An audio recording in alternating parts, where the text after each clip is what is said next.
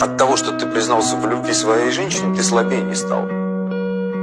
Я думаю, что мужчины, которые как-то пытаются сохранить свою мускулистость, посмотри, какой я здоровый по сравнению с тобой. Неужели я на тебя буду тратить свое время на то, что я кому-то там буду рассказывать, как я тебя люблю? Я тебя в аэропорту встречу с цветами, но они в багажнике будут лежать на всякий случай. Потому что мне стыдно стоять тебя встречать вот при всех.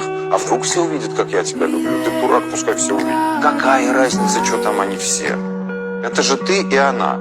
Вот и все. Тебе встретился кто-то, кто вместе с тобой твою никчемную жизнь проживает, кто помнит каждую минуту, потому что без этого человека ты ничтожество, одиночество.